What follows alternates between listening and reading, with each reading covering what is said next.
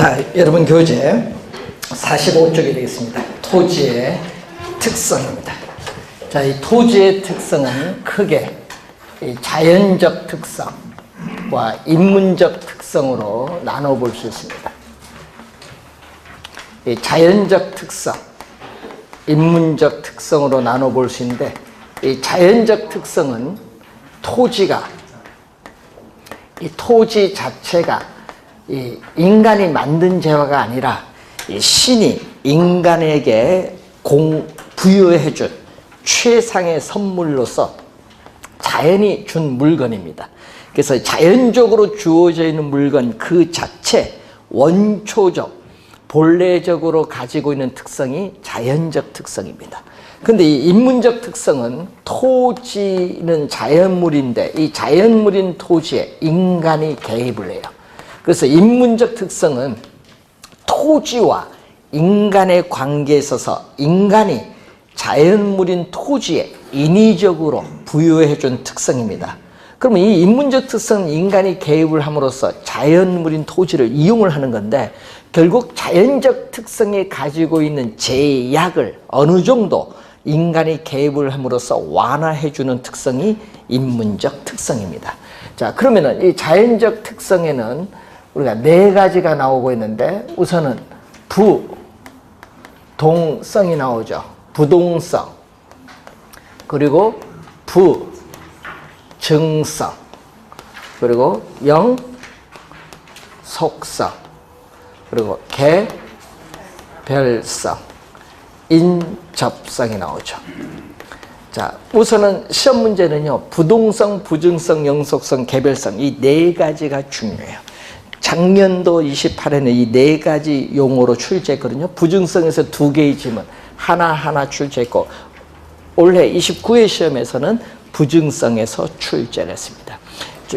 최근 시험 한 15년간 시험에서 올해 시험이 가장 쉬웠어요. 부증성.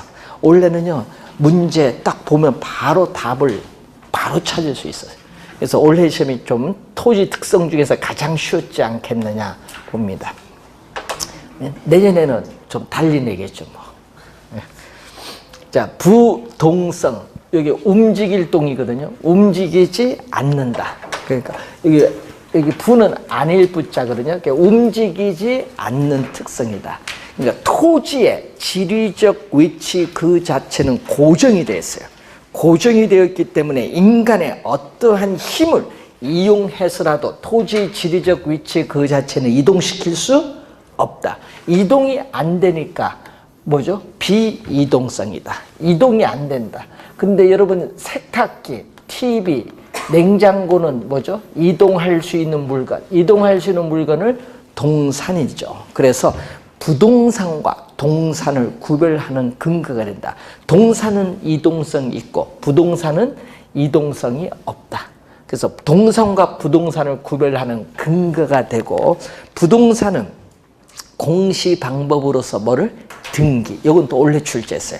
부동산은 공시 방법으로 등기로서, 동산은 사실상 지배 상태를 나타내는 점유로서 공시 방법을 나타내요. 그래서 법률적 측면에서 부동산과 동산의 공시 방법을 달리하는 근거가 되는 게 부동성입니다. 자, 우선은 그 내용이 있고, 또 시험 문제에 출제를 하면은요, 단골로 나오는 또 지문이 있어요. 국지화라는 지문이에요. 부동산 활동 및 부동산 형상을 우리는 국지화시키는데, 국지화는 시험의 단골 용어. 부동산 시장에서도 자주 출제되는데, 지역에 뭐죠?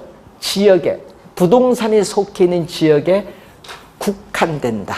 국한된다. 부동산이 속해 있는 지역 범위 내로 국한된다. 뭐가? 부동산 활동과 부동산 형상이. 자, 그러면 국지화 시킨다는 거고. 자, 여러분 토지를 거래할 때는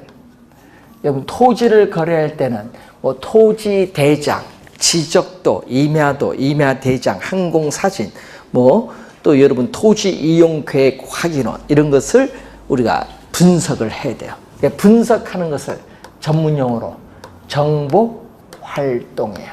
정보 활동. 자, 정보 활동인데 분석된 자료를 가지고 거래를 하면은 또 거래 사고가 발생할 가능성이 높아요. 그래서 여러분이 우리 부동산 보면 직거래란 말을 많이 하죠. 매도자 매수사의 사이에 공인중개사가 개입을 하지 않고 직거래 하신 분이 있어. 왜? 수수료가 비싸서 전략한데 그게 오히려 돈 더 많이 나갈 수도 있어. 직거래 하면은 뭐가 되죠? 예?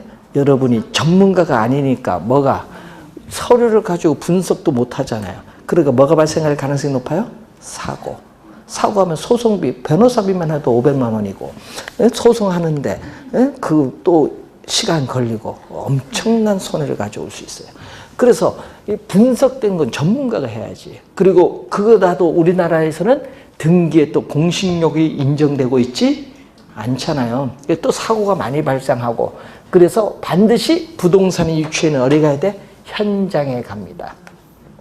우리가 뭐 어떤 분이 기획부동산에서 쪼개놓은 토지를 샀는데 한 2억 얼마 주고 퇴직금 주고 샀는데 현장에 가지 않았더니 건축할 수도 없어. 여주인데 뭐 산에 보니까 집원을 보니까 산 꼭대기 부근에 있는 거야.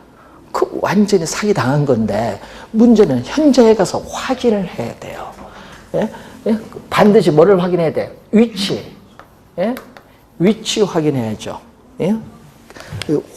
위치 확인하고 또 뭐 면적 측량을 통해서 면적 확인해야겠죠. 예? 경계 확인도 해야 되고, 그리고 또 뭐 중요한 건 뭐죠? 실제로 토지가 이용하고 있는 용도가 뭐냐? 왜? 토지 대장 지목과 다른 경우가 많아요. 그러니까 실제로 이용되고 있는 지목을 기준으로 우리 토지를 평가하기 때문에 토지 대장상의 지목과 우리가 실제로 이용되고 있는 지목 일치 여부도 확인해야 돼요. 그런 걸 전부 확인을 해야 됩니다. 건축 가능한가, 건폐율, 용적률 이런 거 다 확인을 해야 되는데, 그래서 이러한 임장, 현장에 가서 확인은 누가 해야 된다? 예? 예? 공인중개사한테 맡길 거예요? 예? 여러분이 가서 봐야지. 또 같이 임장을 가서 보고 이게 마음에 드는 땅인가 확인을 해야지. 그래서 토지 거래가 쉽지가 않죠. 그래서 임장, 현장에 가서 확인을 해야 됩니다. 그래야, 그리고 그 주변 지역의 주민들에게 이 토지가 어느 정도 가격 거래되는지 또 물어봐야 돼. 예, 실제 어느 정도 거래되는지. 왜? 현장이 그 최고야. 그래서 임장 활동이 상당히 또 중요시 됩니다. 그 부동산은 뭐가 중요하다? 임장 활동. 이거 부동성입니다. 위치가 고정돼 이동할 수 없으니까 현장에 가서 확인을 하는 활동이 중요하다. 그리고 부동산 가치는 또 어디 영향받아요? 그 토지가 아까 국지화되잖아요. 부동산의 가격은 부동산에 속히는 지역에 영향을 받아요. 그 지역이 어떤 지역이냐, 그 영향을 많이 받아요. 그래서 그 부동산에 속히는 지역을 뭐 해야 돼? 분석. 왜? 부동산 가치에 영향을 미치는 지역의 요인이 다르기 때문에 지역을 분석을 해야 돼. 지역 분석의 필요성 또는 근거가 나타나요. 지역 분석의 필요성, 근거. 그리고 여러분이 위치가 고정되다 보니까 여러분이 많이 듣는 용어 중에 하나가 상가 점포 같은 경우는 첫째도 위치, 둘째도 위치, 셋째도 위치. 그만큼 위치 중요성을 강조하는데, 그래서 가끔 여러분들이 얘기하는 게 목이 좋아야 된다라는 얘기를 많이 해요. 그 목이 바로 뭐죠? 위치입니다. 위치. 그래서 위치가 좋은지 나쁜지는 또 어디 가야 돼? 현장에 가서 확인을 해야 돼. 여러분 상가 점포 거래하려면요, 단지 확인하는 게 중요한 게 아니라 위치 확인했죠. 유동인구 분석을 해야 돼. 분석. 뭘로 분석해야 돼? 점포가 어떤 점포냐. 그 점포의 시간대별 고개, 성별, 연령별 이런 거 다 분석을 해야 돼. 언제까지? 예? 기본 한 달 정도 분석을 해야죠. 그래야 한 달 매출이 어느 정도, 유동인구 얼마, 분석된 자료가 있어요. 그럼 여러분 한 달 동안 아침부터 가서 확인할까요? 네? 그럴 때 이제 이용하는 게 뭐냐. 우리는 빅데이터 분석을 하게 돼요. 응? 자료, 빅데이터. 그것을 여러분이 하기 어려우면은, 예? 여러분이 주거래은행 카드를 쓰고 있을 거예요. 카드 회사에 부탁을 하면은 자료를 줍니다. 근데 일정한 이용의 대가는 뭐 해야 돼? 줘야죠. 예? 카드 다 긁으니까 확실하지. 그 지역의 매출이 어느 정도 이런 게 다 나옵니다. 빅데이터 분석으로. 그래서 여러분 상권 분석을 합니다. 여러분이 직접 하려면 힘도 들고 하니 그런 객관적인 자료를 수집해서 분석을 해야 돼요. 그래서 그 부동산에 그럼 어떻게 돼? 적정한 가격, 권리금이 나오게 되는 거예요. 지역 분석의 필요성이 우선 상당히 중요합니다. 자, 그래서 또 입지, 또 선정의 위치는 고정되게 입지 선정의 또 중요성이 나타나요. 어느 장소에 입지하는 것이 좋은가. 그리고 또 시험에 문제 많이 나오는 용어 중에 하나가 외부 효과죠. 외부 효과. 자, 외부 효과가 있어요. 자, 여러분이 위치가 고정된 특정의 토지가 있어요. 근데 그 토지를 둘러싸고 있는 외부 환경 조건에 영향을 받아요.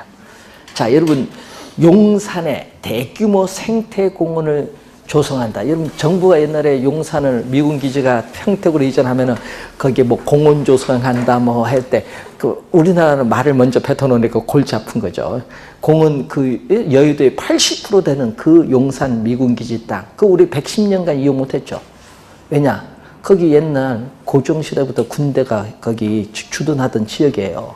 110년 동안 우리나라 땅인데 우리가 이용 못했어요. 그 일본 군대 주둔했죠. 그 다음 누구? 미국이 주둔했지. 그러니까 그걸 이제 반환받았는데 또 비슷해. 우리 중국이 홍콩 100년 만에 반환받았을 때 어떻게 이용할 것인가. 이게 계획이 없다 보면은 이게 무분별한 개발이 될 수 있어. 어떻게 개발이 될 거냐. 그래서 그 많은 땅을 뭘로? 하도 말이 많으니까 공원으로 이제 하겠다 하는데 문제는 그래서 그 공원이 조성되면은 쾌적성이 상당히 좋아지죠. 예? 그러면은 어떻게 돼요? 우선 그 주변 지역의 부동산 가격은 올라요. 그러면 그게 바로 뭐죠? 긍정적이죠. 부동산 가격은 긍정적인 외부 효과가 발생해요. 긍정적이다. 그런데 여러분 그 부동산에 속해 있는 지역 외부 환경 영향을 받는데 쓰레기 매립장이 들어서면 어떻게 돼요? 각종 쓰레기 악취로 해서 어떻게 돼? 주변 부동산 가격이 하락하죠? 그건 나쁜 영향 주지 않아요. 그건 부정적 외부 효과라고 해요. 그래서 외부 효과는요, 두 가지가 있어요. 긍정적은 플러스 외부 효과. 부정적은 뭐죠? 마이너스 외부 효과가 있어요. 그 외부 효과, 사례도 많이 냅니다. 시험 문제 사례 주어지고 토지 특성, 어느가 관련돼 있다? 부동성. 시험에 외부 효과 최근에 많이 출제가 되는 용어.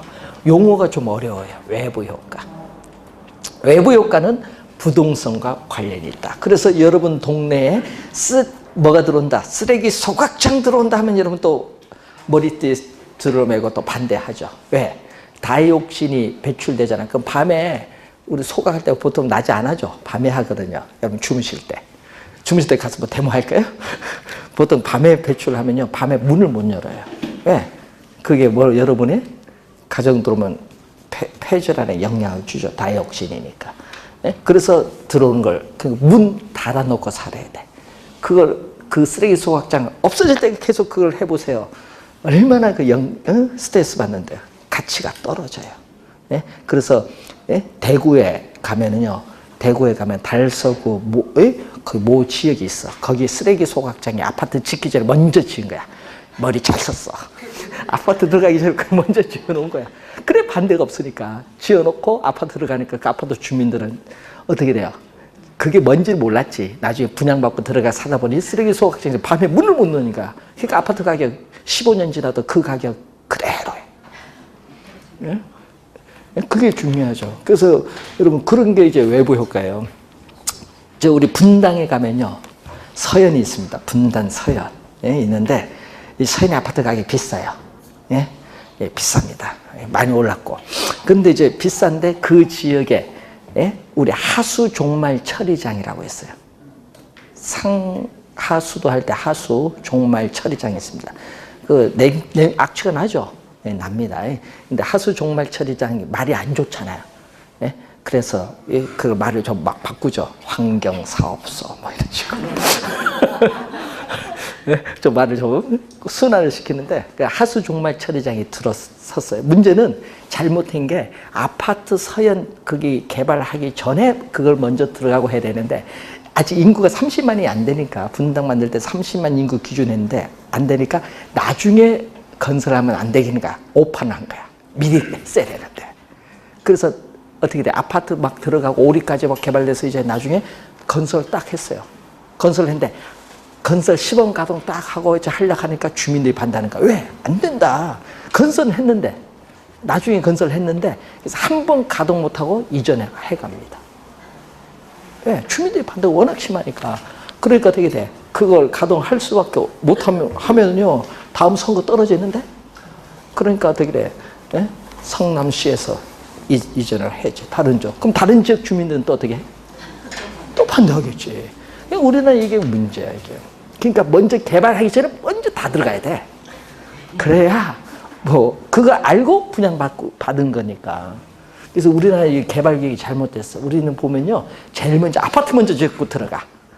공공시설 나중에 들어가니까 문제가 생겨요. 뭐가 있어요? 공공시설, 도로, 학교 뭐 이런 게 나중에 들어가. 편의시설 이런 게. 외국은 먼저 뭐부터 들어간 줄 아세요? 공공 편의시설부터 먼저 들어가고 도로망을 다 정비해. 제일 마지막에 들어간 게 어떻게 돼? 주거용이에요. 주거단지. 우리하고 거꾸로 해요. 그래서 외국에는요 개발에 있어서 뭐 그런 건 별로 없어요. 우리나라가 문제지. 그래서 이 외부 효과가 그래서 시험 문제에 많이 나온 게 부동산 가치에 영향을 주니까 뭐가 관련이 있다? 부동산. 위치가 고정되니까 또 규제가 너무 많아요. 중앙정부와 지방자치단체의 제도적 규제의 대상이 되기가 쉽기 때문에 토지관계법규가 너무 복잡해. 전문가 아니면 잘 몰라요. 그래서 여러분이 토지 매입을 해서 개발을 하겠다면 또 관할 시군구 가서 확인을 해야 돼. 여기 아파트 몇 층까지 지을 수 있고 이런 거 있죠. 주택, 용적률, 건폐율 다 확인을 또 해야 되는데. 예. 그래서 요즘 규제가 너무 많다는 거. 자, 그리고 지방자치단체 지방세가 있거든요. 지방세법상 조세 수입의 근거가 되는 것도 뭐다? 부동성. 그러니까 요즘 어제 뉴스 보니까 요거 나오대. 지역 자원 시설세를 자원 그거 나오는 게 원전을 가동을 이제 뭐 중단하니까 그 지역 한전에서 내는 세금 있죠. 내는 세금이 있는데 그걸 어떻게 돼요? 못 들어오면은 지방자치단체 운영에 막대한 세수 수입이 안 들어오니까 그럼 그걸 정부가 보존했는데 정부가 보존 안 해주잖아요. 해줘야 될 거 아니에요. 근데 법에 있나요? 그러니까 어떻게 돼? 예? 세금 신설해달라는 거야. 지역 자원 시설세. 예? 그래서 어떻게 돼? 세금 그거 신설되면 여러분 한전에서 가만히 있겠어요? 당연히 전기요금 인상하지. 예?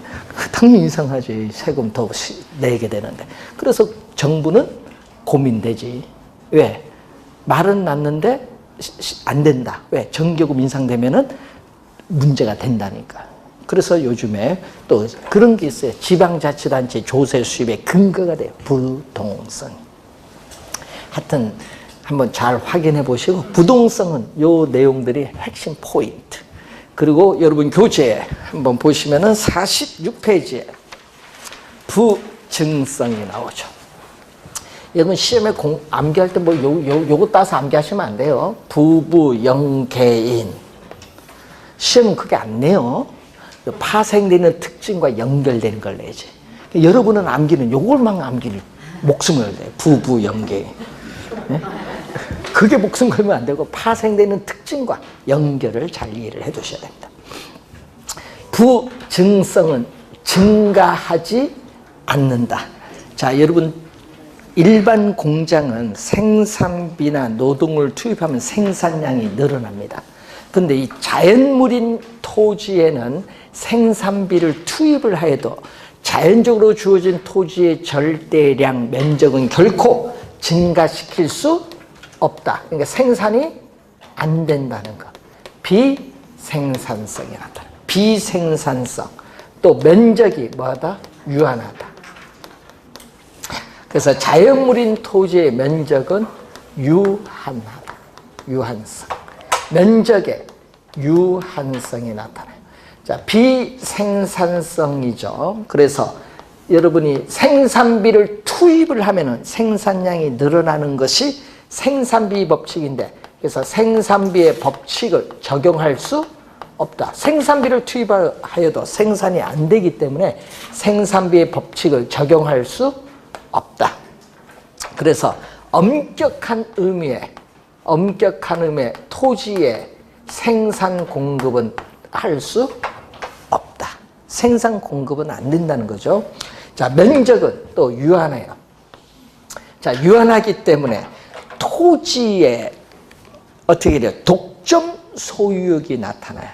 예, 생산이 안 되니까 토지는 독점하고자 하는 소유욕이 강하게 나타난다. 햇빛은, 공기는 여러분 독점 소유욕이 없죠. 예, 가격도 없고 여러분이 언제든지 소비할 수 있기 때문에 독점 소유욕이 없어요. 그렇지만은 뭐는 토지는 독점 소유욕이 강하게 나타난다. 왜? 유한하기 때문에. 또 용어 중에 하나가 이런 용어가 있어요. 토지를 소유하고자 하는 인간의 욕망은 무한한데 그 무한한 욕망을 충족시켜줄 토지 자원은 한정되어 있다. 이것을 우리는 전문 용어로 희소성인데, 시간이 경과함에 따라 인구의 증가에 따라 토지의 수요는 계속 증가한데 공급은, 면적은 유한하기 때문에 희소성은 시간이 경과됨에 따라 계속 가중된다. 희소성이 계속 가중됩니다. 그러면 희소성이 높을수록 가치도 올라가요. 골동품 희소성이 있죠. 가격이 비싼 겁니다. 가격이 비싸다. 자, 여러분 우리 옛날 만화 좋아하셨죠? 저도 좋아했어요. 저희 만화 옛날 만화에 본 것 중에 제일 좀 옛날에 어릴 때 봤던 것 중에 베르사유의 장미가 있어요. 옛날 마리 앙뚜아네트 그 누이 14세 할 때 그 상당히 재밌게 봤습니다. 근데 그 마리 앙뚜아네트가 사치로 인해서 프랑스 대혁명이 일어난 거 아니에요? 근데 그 왕비가 어떻게 돼요? 꼈던 귀걸이 있죠? 그게 진주 그 귀걸이인데 다이아몬드가 박힌 그 귀걸이 하고 있는데, 이제 다이아몬드 귀걸이가 평가 가격은 감정평가사가 평가한 가격은 4, 5억인데 경매 낙찰자에게 250억 가까운 돈에 낙찰이 됐어요. 귀하니까 하나밖에 없잖아요. 마리 앙뚜아네트가 썼던 귀걸이 그 하나 딱 있으니까 그게 얼마나 가치가 높겠어요. 그래서 하여튼 골동품은 희소성이 높을수록 가치가 높아요. 희소성이 그러니까 높아야 돼. 그래서 여러분도 어떻게 돼요? 희소성이 높은 직업이 있죠. 가격이 비싸요. 인건비. 그래서 여러분이 우리가 빌딩에 유리창 완전 높은 데서 닦은 사람, 그 사람들은 진짜 비싸요. 생명수당도 있지만요, 특전사분들이 많이 하거든요. 낙하를 많이 하니까. 진짜 비싸요. 그래서 외국에 가서 그런 걸 이제 하잖아요. 그것만 이제 하는데 인건비가 진짜 장난 아닙니다. 그러니까 그런 건 희소성이 있어요, 직업이. 그래서 여러분이 우리나라 치과 의사 진짜 많아요. 의사 진짜 많아요. 다들 뭐 병원 의사 된다고 많은데 그 의사들 우리가 보면 사자들한테 좋은다? 공인중개사보다 못해. 안 그래요? 여러분 의사 나와서 오픈하면 망해요. 중개사는 망해봐야 얼마? 3천만 원이야. 근데 의사를 만나면 10억이야. 병원 설치하는데 리스를 받든 뭐 하든 또 환율도 생각하거든. 외국 걸 하면 환율까지 생각해야 돼. 잘못하면 우리 트레이드라는 게 있어요. 그래서 우리가 관련해서 원화 환율과 엔화 환율 문제가 또 있거든요. 금리 차에 따라. 그래서 트레이드 앤 캐리까지 나타나면요, 빚이 엄청나게 가요. 그래서 가끔 의사분이 자살한 분들이 있어. 리스를 했다가. 그래서 어떻게 돼요? 공인중개사는 리스할 필요도 없잖아요. 그거 투자해서 또 안 되면 넘기면 되는 건데. 얼마나 쉬워요. 통닭집 하면 그것도 스트레스 받아요. 하루에 30마리 팔아야, 옛날에인데 요즘에는 하루 40마리 팔아야 돼. 임대료가 올라서. 하루, 그래 쌤세. 그래서 요즘에 보면은 이제 부증성이라는 게 그게 이제 희소성이 이제 가중되는데, 아까 얘기했죠. 토지를 소유하고자 하는 인간의 욕망이 무한하듯이 도시 토지에 인구가 집중되다 보니까 도시 토지인 택지 수요는 계속 늘어나요. 그런데 도시 외곽의 교외에 있는 논밭 이면을 택지 조성해서 공급에는 한계가 있어요. 그러다 보니까 뭐가 부족해요? 도시 토지가 부족해지는 문제. 도시 토지 뭐가? 택지가 부족해지는 문제를 야기해요. 예? 그럼 도시 토지 부족 문제가 발생을 하면은 인구는 계속 도시로 오니까 도시 토지를 이용하고자 하는 누구? 수요자. 공급은 한계가 있으니까 누가 경쟁을 벌여요? 수요자 간의 경쟁을 벌어지면 뭐가 올라요? 뭐 집값만 오르나? 당연히 토지를 빌려서 이용한 대가, 지대도 오르지. 지대가 오르면 또 뭐도 올라? 당연히 토지 가격, 지대가 오르면 임대료로 다 오르죠. 그러니까 이제 뭐가 돼? 임대료로 오르고 토지 가격이 오르니까 결국은 어떤 현상이 벌어진다? 도시에서의 건물이 점점 뭐가 된다? 고층화가 되는 거야. 토지 이용에서의 집약화. 그래서 여러분이 우리 세계 각국의 뭐 수도에 준하는 국가 보면요, 건물이 상당히 고층화돼요. 가격이 비싸니까 건물이 기본 70층. 뭐 싱가포르 같은 데도 가격이 비싸죠. 도심에 우리가 상대 섬이니까. 그러다 보니까 건물이 뭐다? 고층화될 수밖에 없어요. 그래서 우리나라도 주택 문제 부족을 서울특별시 해결하면 뭐를 해주면 돼? 건물을 고층화시키면 돼. 집약화. 이 집약화는 건물이 고층화되는 겁니다. 이 집약화를 촉진. 여러분 올해 시험에 요거 나왔거든요. 토지 이용의 집약화 나왔거든요. 지문에 나오면 바로 답은 뭐다? 부증성. 그것만 봐도 부증성. 올해 출제했습니다. 최근 10년 동안 4번 출제했어요. 집약화는 부증성을 의미한다. 뭐가 아니다. 조방화. 농촌에서의 토지 이용. 토지를 많이 이용하는 조방화가 아니라 집약화를 촉진한다. 건물이 고층화된다. 그래서 여러분이 서울특별시 아파트가 급등하는 거 해결하는 건 간단해요. 뭐 재건축, 재개발 때 건물을 뭐 해주면 돼? 고층하고 미관을 도시에 있어서 건축미를 살린 공간을 만들면 돼요. 그러면 되는데 문제는 그걸 우리나라는 많이 공급할 때 보니까 아파트 몇 층? 35층에 제약을 많이 둬요. 용적률을. 그러니까 어떻게 돼? 공급에 제한이 많이 가죠. 예?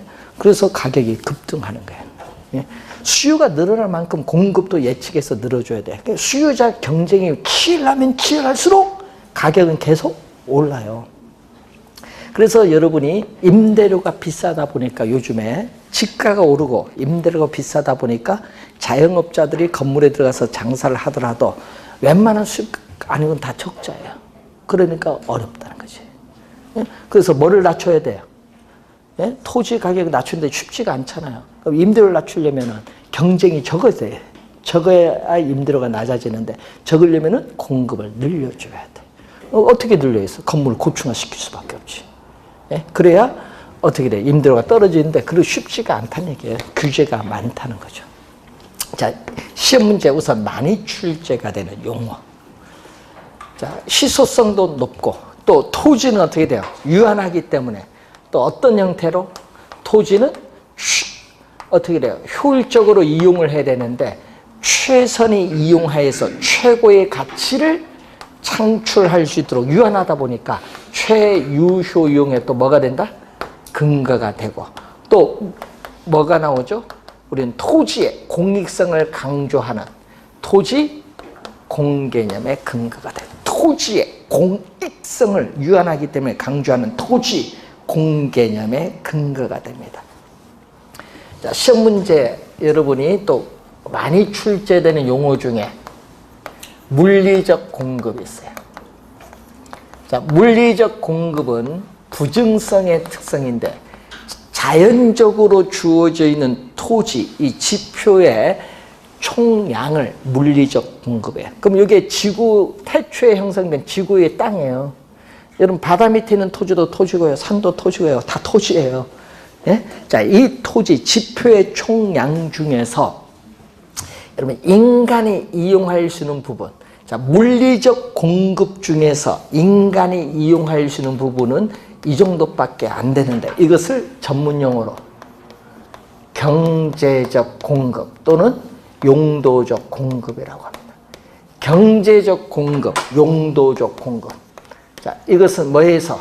토지 특성제, 인문적 특성에서 배우게 될 용도의 다양성. 자, 여러분 냉장고는 용도가 한계성을 가지죠. 냉장, 냉동. 뭐잖아. 한계성을 가지지만은 토지는 용도가 동상과는 달리 다양해요. 용도의 다양성에서 토지 이용에서의 용도의 전환되죠. 용도의 전환을 가져오죠. 그래서 임야를 인간이 이용할 수 없었던 토지인 임야를 뭘로? 택지로 조성해서 택지의 양을 늘려준다는 거라든지, 또 간척 개발을 통해서 농지나 택지 양을 늘려준다라든지, 또는 공유 수면을 매립을 해서 또 농지나 택지 양을 또 늘려준다. 그거 하죠. 자, 이것을 통해서 자연적으로 주어진 토지 양은 변화가 없지만 택지 조성, 간척 개발, 공유 수면 매립을 통해서 인간이 이용을 할 수 없었던 토지를 인간이 이렇게 이용할 수 있도록 늘려줄 수는 있어요. 그렇지만 물리적 양은 변화가 없다. 그래서 중요한 거는 물리적 측면에서의 토지 양은 변화가 없어요. 요 면적은 변화가 없거든요. 그래서 물리적 측면에서의 토지의 공급은 어떻게 그래요? 증가시켜 줄 수 없다. 증가가 안 되는데 이 무슨 측면? 용도적 측면에서 이렇게 빨간처럼 늘려줄 수는 있다. 작년 28회 시험 정답, 23회도 정답.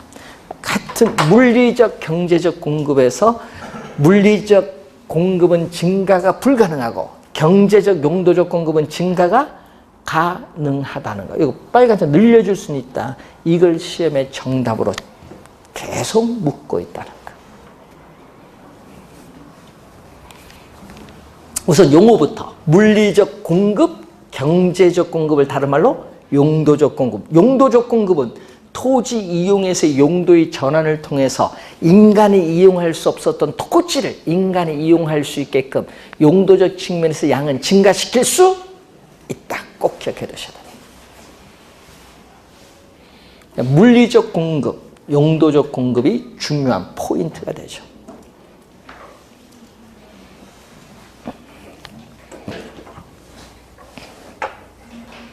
자, 영속성으로 갑니다. 자, 시간이 경과하여도 여러분이 토지를 사용하여도 토지는 소모되지 않는다는 특성. 소모되거나 마멸되지 않아요. 그래서 우리는 변화가 없어요. 비소모성, 불변성, 불괴성이라고 하는데, 자, 토지는 비소모적 재화. 사용하여도 소모가 안 된다. 비소모적 재화. 그러기 때문에 시험에 또 자주 나오는 게 있어요. 토지의 소모를 전제로 하는 재생산 이론, 사고방식은 토지에는 적용되지 않는다. 왜? 비소모적 재화이기 때문에. 그래서 비소모적 재화이기 때문에 물리적 측면에서, 자, 여러분 건물은 어떻게 돼요? 건물은 사용함에 따라 건물은 소모가 돼요. 네? 그래서 노후화되면서 가치가 계속 떨어지죠. 그래서 건물 철거하면은 이제 없어지잖아요, 건물은. 그래서 문제는 이 토지는 물리적 측면에서의 감가상각이론은 적용되지 않는다. 건물은 노후화가 진행되면서 가치가 계속 떨어지니까 감가가 적용되는데 언제까지? 건물 수명 닿을 때까지. 그렇지만 여기는 토지는 물리적 측면에서의 감가상각이론은 적용되지 않는다. 왜? 토지는 비소모적 재화이다. 그래서 우리는 사용하여도 가치에 소모가 없어요. 가치에 소모가 없기 때문에 가치 보존력이 우수하다. 토지는 가치의 보존력이 우수하다. 가치 소모가 없기 때문에. 가치 보존력이 우수하기 때문에 여러분들은 일반 상품 투자보다는 토지에 대한 투자에 있어서 선호를 높게 하는 요인. 왜? 가치 보존력이 우수하니까. 그래서 여러분들이 최근에 우리가 보면요, 이 토지에 투자하신 분과 정기예금에 투자하신 분 20년, 1999년도 투자했으면요, 벌써 가치가 달라요. 돈의 가치는 물가가 상승해서 계속 떨어지고 있죠. 예금해봐야 수익이 얼마나 오겠어요? 정기예금 그때부터 해서. 그런데 문제는 토지 가치는 정기예금 수입을 했을 때 몇백 배 차이 났어요. 최근 99년부터 20년 동안 이렇게 보면은 그만큼 30년 되면 더 차이 나겠지. 그만큼 토지가 가치 보존력이 우수해서 또 어떻게 돼요? 돈은 시간이 경과하면 물가 상승에 돈의 가치는 떨어지지만 토지는 가치 보존력이 우수하기 때문에 토지 상품에 대한 투자자의 선호도를 높게 합니다.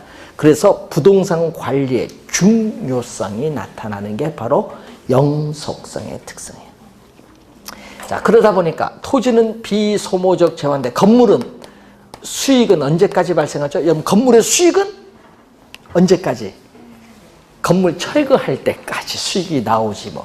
그렇지만 토지는 소모가 안 되기 때문에 토지로부터 얻는 수익은, 자, 토지로부터 얻는 수익은 뭐가 돼요? 영속적이다. 건물은 반영속적, 철거할 때까지 수익이 발생하니까 반영속적이지만 우리는 토지로부터 얻는 수익은 영속적이기 때문에 부동산 활동 시에 뭐가 필요하다? 장기적 배려가 필요하다. 그래서 부동산 활동 시에 장기적인 배려가 필요하다. 뭐냐면 영속성과 관련이 있다. 영속성. 자, 여러분, 토지를 소유함으로써 얻는 이익, 어떤 이익이냐? 토지 가격 상승에 따른 이익을 얻어요. 그리고 또 토지 소유자가 본인이 소유한 토지를 이용을 함으로써 얻는 이익이 있어요. 본인이 활용함으로써. 요 두 가지가 분리가 가능해요. 분리가 가능하기 때문에 토지 소유자가 본인이 토지를 이용하지 않고 다른 사람으로 하여금 토지를 이용토록 할 수 있어요. 그래서 다른 사람부터 뭐를 받죠? 예? 지대. 토지를 빌려준 대가 지대를 받죠. 그렇기 때문에 본인이 이용하지 않고 다른 사람으로 이용토록 할 수 있기 때문에 토지에 대한 뭐가 발달을 하냐면은 토지에 대한 임대차 시장이 발달한다. 토지에 대한 임대차 시장이 발달하는 것도 우리 영속성과 관련이 있습니다. 영속성. 자, 영속성이 되겠고, 개별성. 자, 토지는 위치가 고정됐거든요. 요 두 개는요, 부동성으로부터 파생되는 거예요. 부동성으로부터 파생되어 나타나는 특징이거든요. 그럼 개별성은 토지는 위치가 고정된 상태에서 지형, 집안의 상태, 지세, 지질 등이 다 달라요. 그렇기 때문에 물리적으로 동일한 토지는 오직 하나밖에 없다. 그러니까 다 다르다는 얘기죠. 이 질성을 가지고 있죠. 그러니까 동질성이 없다.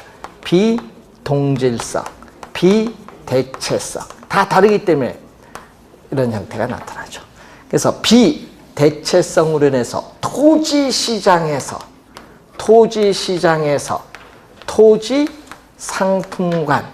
상품관에 있어서 완전한 대체 관계를 제약한다. 완전한 비대체성으로 완전한 대체 관계를 제약한다. 그러니까 완전한 대체 관계를 성립시키는 것이 아니라 대체 관계를 제약을 하게 된다는 거죠. 자, 그리고 일반 상품에 비해서 토지 상품을 또 뭐죠? 일반 상품은 표준화가 되어 있기 때문에 대량 생산이 가능한데 토지 상품은 다 다르기 때문에 표준화가 어려워요. 자, 토지 상품은 표준화가 어렵고, 또 표준화가 어렵고, 그래서 대체의 가능성이 낮아요. 대체의 가능성이 낮고 또 표준화가 어렵고 개별성이 강하기 때문에 한 가지 물건에 한 가지 가격이 한 가지 가격. 일가의 법칙. 한 가지 물건에 한 가지 가격이 성립한다는 이 일가의 법칙이 성립되지 않는다. 개별성의 특성으로 인해서. 자, 우선은 우리가 개별성이 나오고, 이러한 개별성은 또 뭐를 가져오죠? 토지의 가격. 그러니까 개별성의 특성은 토지에 있어서의 가격이라 수익 등을 개별화시켜요. 수익 등을 개별화. 그래서 여러분 작년 28회 시험에 이런 용어도 나왔거든요. 부동산 활동 및 부동산 형상을 개별화시킨다. 여기 출제했거든요. 개별화시키기 때문에 부동산학 원리의 도출, 이론 전개도 어려워요. 개별성으로 해서. 토지 가격이 다 다르다. 토지마다 다 다르다. 개별화시키고 또 구체적으로 우리는 또 접근을 하게 돼요. 자, 개별화가 되기 때문에 어떻게 돼요? 토지 가치에 영향을 미치는 개별적인 요인이나 상태를 분석을 해야 돼. 그래서 우리는 개별 분석.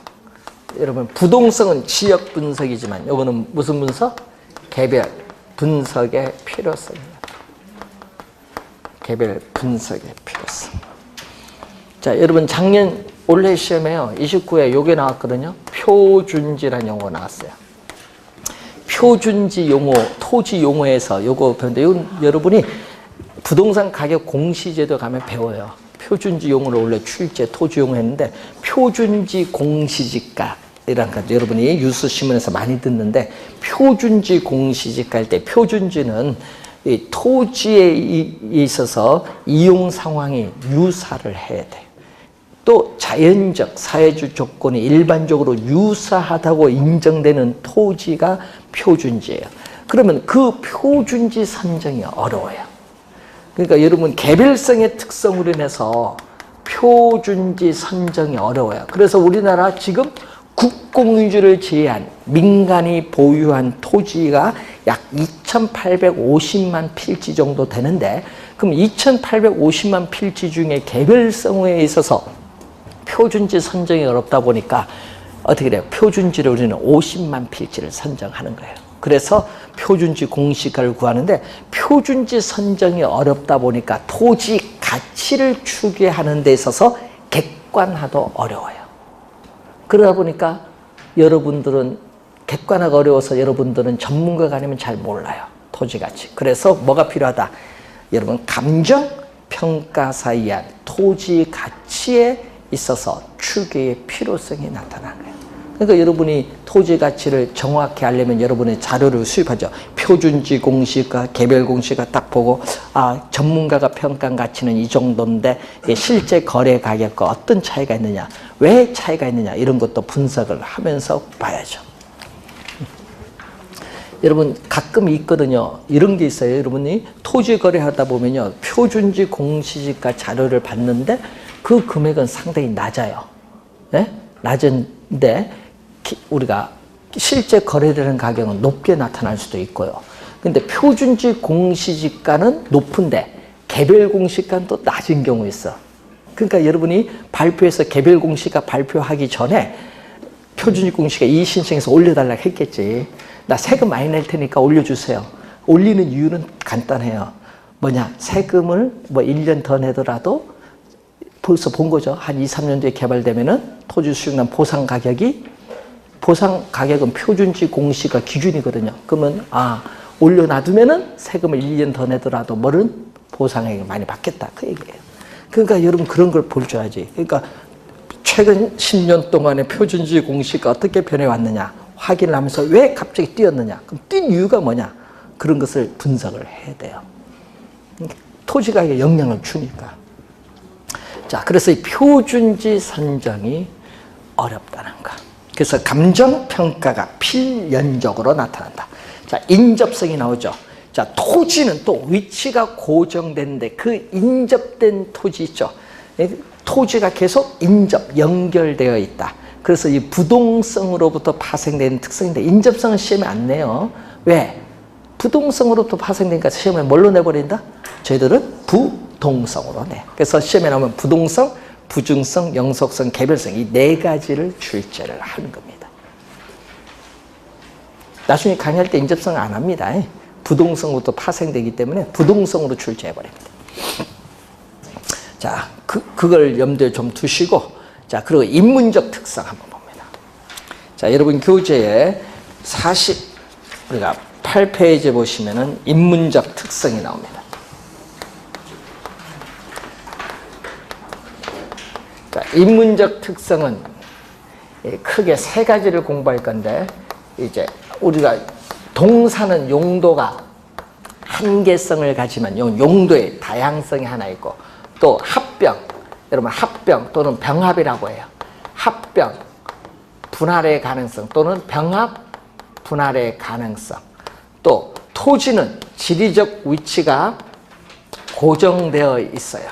그렇지만 사회적 환경 요인, 경제적 환경 요인, 행정적 환경 요인이 변함에 따라 토지의 가치는 달라지는 것을 사회적, 경제적, 행정적 위치의 가변성이라고 합니다.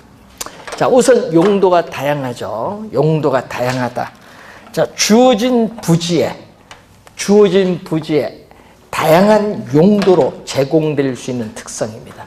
그러면 다양한 용도로 제공되는데, 그럼 다양한 용도 중에서 어떤 용도로 이용할 때 토지를 효율적으로 이용하면서 최대의 수익을 올릴 수 있느냐. 그래서 최유효 이용해. 용도의 다양성은 시험 문제 계속 이걸로 출제합니다. 최고, 최선의 이용에 있어서 뭐가 되죠? 성립 근거가 된다. 이 지문을 계속 출제를 하는 거예요. 용도의 다양성. 자, 여러분 주거용에서 상업용으로 용도의 전환이 가능합니다. 주상복합 건물처럼 2개 이상의 용도가 병존할 수도 있고, 또 2개 이상의 용도가 경합을 함으로써 어느 용도를 이용할 때 최유효용이 되느냐. 용도의 전환, 용도의 병존, 용도의 경합을 가능케 하고, 용도마다 가격이 다르죠. 주거용, 상업용, 공업용 가격이 달라요. 가격, 다원설의 논리적 근거를 또 제시를 해줘요. 용도의 다양성. 자, 그리고 병합 분할의 가능성은 용도의 다양성을 지원해주고 최유효용을 간접적으로 지원을 해주는 특성이에요. 간접적으로 지원을 해주는 특성인데, 토지 이용 주체에 있어서의 이용의 목적 또는 용도에 있어서에 따라 토지를 자유로이 병합할 수도 있고 분할할 수도 있는 특성이 병합 분할의 가능성. 토지 이용 주체 이용 목적이나 용도에 따라 자유롭게 병합한다. 여러분 주어진 필지를 인접 필지와 합병할 수도 있고 주어진 필지를 분할할 수도 있는데, 문제는 분할하는데 어떻게 돼요? 법률적 제한이 있어요. 여러분 분할하더라도 이용은 할 수 있어야 돼요. 이용 못할 정도로 분할하면 안 돼요. 자, 옛날에 보시면요, 우리 지분 쪼개기라는 게 있었는데, 지분 쪼개기, 예? 요것 때문에 개발할 때, 재개발할 때 건설회사가 되게 사업성, 수익성이 악화돼서 우리는 개발 못하겠다 나오거든요. 그래서 인천에 가면은 여러분 시외버스 고속터미널 그 앞에 이제 SK가 재개발하는데, 문제는 재개발할 때 거기서 이제 SK가 못하겠다. 에? 무슨 일이 지분 쪼개기가 많냐, 이런 게 나오는 거예요. 무슨 얘기냐면요, 여러분들이 가끔 거래를 하다 뭐 재개발 이런 때 뭐 할 때 보면요, 잘못하면 요거 사고가 생기는데 가져와서 물어봐요. 예? 예? 지적도 가져오라면 하나만 들고 오면 안 됩니다. 지적도 가져오면 주변 여러 개를 한꺼번에 가져와야지. 예? 그래서 지적도 딱 보더니 요거 여기 뭡니까 물어보니 본인도 모르겠대요. 그 모르면 전문가가 아니니까 모르겠죠. 예? 그런데 문제는 이 공인중개사도 여기 뭔지 모를 거다. 요거 확대해서 한번 가져오세요. 확대하고 딱 가져오니까 뭐가 생기냐. 바로 A4 용지를, 예? 어떻게 복사하는 데 있잖아요. 뭐 D4, 뭐 드림 D4 그러니까 확대해서 가져오라. 크게 전도처럼. 딱 보니까 요거 뭔지 아세요? 점이 많네요. 요거 여기 지분입니다. 세볼까요? 22명이네. 그럼 아파트 22채 분양을 해줘야 돼. 하나 개발하면서. 수익성이 되겠어요? 안 되지.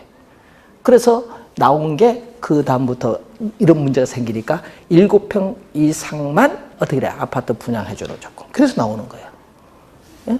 너무 쪼개기를 많이 한 거야. 그 보면은 A4 용지는 안 보여요. 그 뭐 점인지 딱 확대하니까 바로 점들이 찍히네. 지분입니다. 지분. 그거 거래하다가 잘못하면 뭐다? 아, 나 사기 당했다, 이렇게 나오는 거야. 왜?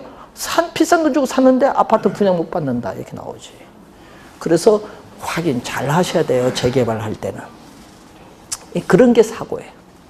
그러니까 여러분이 뭐를 잘 배우셔야 돼? 토요일 날 공시법 잘 배우셔야 돼. 예? 가장 좋은 건 서류 갖다 놓고 보면 좋은데, 그래서 등기부 등본 보는 거, 지적도 보는 거 이런 거 잘 배우셔야 돼요. 뭐 암기하면 뭐해? 시험은 합격하겠지. 합격하면 뭐해? 사고 발생하면 돈만 물어주지.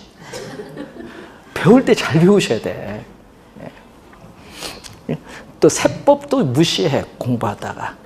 여러분, 공인 중에서 제일 먼저 묻는 게 세금이거든요. 아파트 세 채 샀는데 어느 걸보다 먼저 팔에 세금 적게 나올까? 공부 잘못하면 잘못 얘기해 줬다가 또 물어줘야 돼요. 먼저 어느 걸 먼저 팔냐 세금이 달라져요. 그런 걸. 그래서 잘 확인해 두셔야 돼. 모르면요, 간단해. 잠시만 기다리세요. 세법 교수한테 전화하시면 돼요. 합격하면 우린 필요 없어. 세법 공시법 선생한테 무조건 전화해서 물어봐야 돼. 왜? 서류는 진짜 이거 돈과 관련돼 있으니까. 합격이 중요한 것이 아니라 합격은 60점 맞으면 합격하고요. 그 이후에 더 배우셔야 돼. 여러분 사법시험도 마찬가지죠. 합격할 정도는 배우고 연수 가서 더 배우잖아요. 실무를. 여러분도 마찬가지야. 실무 더 배워야 돼. 그러니까 여러분은 합격할 점수만 맞으면 되고 그 이후에 거는 실무를 좀 배우셔야 돼. 서류 보는 눈. 자, 그래서 법률적 제한이 있다. 꼭 명심해야 돼요. 분할할 때는 법률적 제한이 있다. 자, 토지를 둘러싼 사회적 환경 요인이 바뀔 수 있어요. 어떤 지역에 대학교가 신설되고 대학병원 들어간다. 그럼 그 지역에 뭐가 어떻게 사회적 환경 요인이 바뀌어서 주변 부동산 가격은 개발로 인해서 올라갑니다. 이런 건 사회적 위치의 가변성. 자, 여러분이 요즘 많이 나오죠. 전철 노선 얘기 많이 나오는데 요즘 말하는 거 GTX인가? 예? 요즘 급행 뭐 여기서 파주부터 뭐해서 용인 거쳐서 동탄까지 가는데 몇 분, 30분에 주 파는 걸 만든다고 하는데 급행 만든다고 하면요. 파주에서 여러분 동탄까지 하면 2시간 걸려요. 이걸 이제 만들면은 30분에 주 파니까 어떻게 돼요? 그 역사 인근에는 뭐다? 접근성이 좋으니까 뭐가 올라요? 가격이 오르죠. 그게 경제적 환경 요인이 변하는 거예요. 교통체계가 신설되거나 변경된다. 이런 것은 바로 부동산 가치에 영향을 줘요. 위치는 고정됐지만 부동산을 둘러싼 경제적 환경 요인이 변함에 따라 부동산 가치가 달라지는 거예요. 행정적 위치 가변성. 요거는 뭐죠? 대표적인 게 뭐냐? 개발 제한구역. 해제가 된다. 그러면 개발 기대감으로 가격은 뭔다? 오르죠. 이건 행정적 위치의 가변성이에요. 용도 지역의 변경이라든지 이것도 행정적 위치의 가변성이죠. 자, 그래서 여러분이 그 부동산은 위치가 고정됐지만 둘러싼 환경 요인에 따라 부동산 가치가 달라질 수 있다는 것을 염두에 두시면 됩니다. 자, 2교시에 배우셨던 토지 특성에서 한 문제가 우선 출제가 됩니다. 자, 56페이지로 넘어가서 부동산 경제 이론은 잠시 쉬고 시작하겠습니다.